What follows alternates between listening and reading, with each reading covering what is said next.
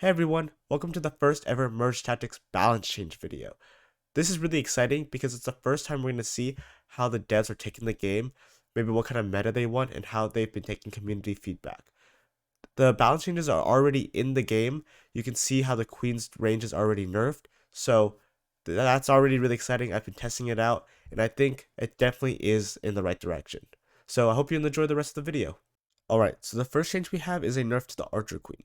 As we know, Clan Avengers has been very dominant this season, so having a nerf to the Queen should give room for other builds to shine and create more variety in the next season. So this was really awesome, especially with this range nerf, because this means that Queen has to be played in the front row to snipe the backline. You can no longer play it in the second row because of this. This will give rangers and throwers a indirect buff against Clan.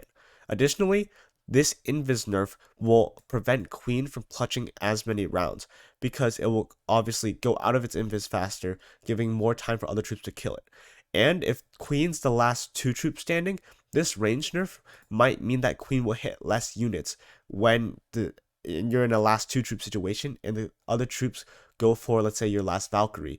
The Queen may not be able to reach everything and may not be able to kill everything. So overall, I think this is the best change Supercell could have made. I don't think there's any other way they could have done it, especially because Queen's not broken for her damage and she's not broken because she can hit multiple troops. Alright, so a common theme I'm going to be saying here, especially with this nerf to P.E.K.K.A, is that I think a lot of things depend on traits and carries. So, for example, this P.E.K.K.A nerf is probably only useful in like earlier mid-game, but around mid-game to end-game, P.E.K.K.A is only useful for like her trait ability, for full ace, right? So, this is probably not going to be too much of a difference, but okay, we'll take it. Next, we have a Knight nerf. And this isn't too crazy. It kind of makes sense that they want troops to fill in the roles, and they want Knight to be a tank troop and not considered for damage. So I guess they're just filling out the rules. Again, nothing too crazy. It might change a bit of early game interaction, but Knight still dies to goblins at the moment, and it still will, so nothing too crazy. For the reworks, Valk is getting a hit speed nerf and a damage buff. Shout out to Oi in my Discord. He did some calculations and realized it was actually a 6 to 7% nerf to her DPS. So this is actually kind of a Valkyrie nerf. And Valk is going to be less strong now, but it's still in a way tanky. So it's fulfilling that role of being a tank in clan. And this will also give it less clutch potential because slower hit speed means she might die faster to ranged troops. So Skeleton King also got a nerf to hit speed and a buff to damage, and I think this will make Skeleton King more prominent of a champion. Right now, Archer Queen's definitely number one, Golden Knight's number two, and then Skeleton King's like unfortunately last in terms of champions. So hopefully this buff will make him more prominent. However, most of his non-usage rates are mostly due to his traits and how they don't really pair with anything. However, I do think he's a very good tank, and he has good potential in filling like a tank role and maybe a comp like throwers, where you just need an extra tank, maybe get that undead trait. So having this damage buff will definitely make him more viable as a champion. So for the Dagger Goblin, we get a buff, and a rework. Overall, what this means is that it's going to be much higher DPS, less health, but not too much of a difference, and have a lot more early game potential, especially if you're trying to go for the Goblin synergies. So this is good for early game. Now for Spear Goblin, I definitely agree with this statement right here. Spear Goblin is definitely too weak. I think it was probably the worst troop in the game, if not for its traits. So this is really nice to see, and this is definitely a buff to early game synergy for the goblins. Now for Bomber, this is also really good because it's going to be a buff to throwers. So we already have two buff to throwers, and also this one if you count this as a tank for throwers, which means throwers is actually going to be pretty strong in the current next meta. So this is really good to see. For the last troop, we get a Mega Knight buff. And this is really exciting because at the moment, I feel like Mega Knight doesn't do a lot of damage. It's kind of more of like a tank and waiting for its trait. So this is exciting. It's going to feel a lot more rewarding when you get a Mega Knight 3-star. And currently, I've been playing a lot of 4 ace builds. And having a 3-star Mega Knight with full ace is kind of useless. So this damage buff will definitely make it more viable as a 3-star. In general, this will give Mega Knight better clutch ability and just winning rounds. So awesome. I actually love this so much. First, we get the brawler change, and this is pretty good. I don't know how much effect they'll have in the meta, but you might notice a few differences if you're running two brawlers, and maybe your troops will stay alive a little longer. However, I don't think this buff matters too much because not many people will run four brawlers in one comp. I'll show a screenshot now, but if you run four brawlers, you're not going to be able to create much of any other synergies. So,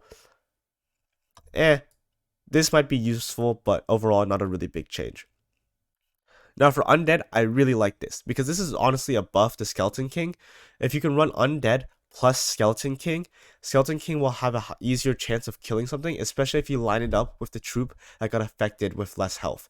So, pretty good change. Might make Undead a little stronger, and again, indirectly nerfing Clan Avengers because the other traits are now stronger.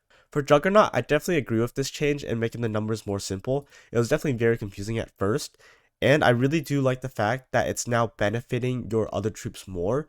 So it feels a lot more rewarding when you put your troops behind a Juggernaut. Now the modifier changes. Firstly, for Ouch, I don't really agree with this one. I personally think Ouch should be harsh on ranged troops because it's literally reflecting damage. Why would you play ranged troops? And I do like the variety that Ouch brings. I don't want to be playing Clan Avengers, Rangers, or Throwers for all the games. I like that if I play Ouch, I can just go 4 Brawlers, and that's pretty fun. A little change in the game. So I think Ouch meta will still be the same. You can play a lot of tanks, but I personally don't really know if this was needed. Maybe it'll be more viable to play Rangers in this modifier, but I don't think you should ever play Rangers in Ouch regardless. Now the less is more modifier is pretty exciting. Again, shout out to Oi, my Discord, for doing the math on this, but 5 troops with 20% attack speed, if you do the math, it comes out to 6. So I think that's what the game devs did the math for. So 5 plus 20% equals 6 troops. So you're technically not losing troops.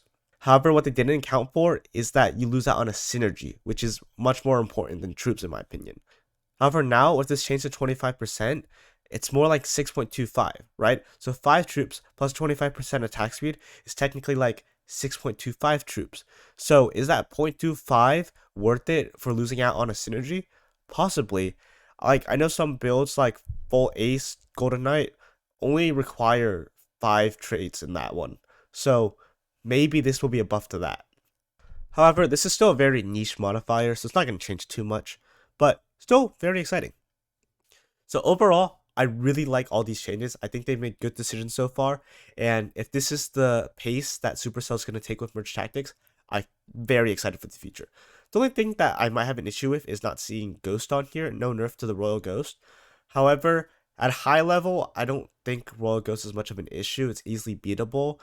Maybe Royal Ghost nerf would be better for people at lower trophies. So I don't know, but hopefully that'll come in the next season.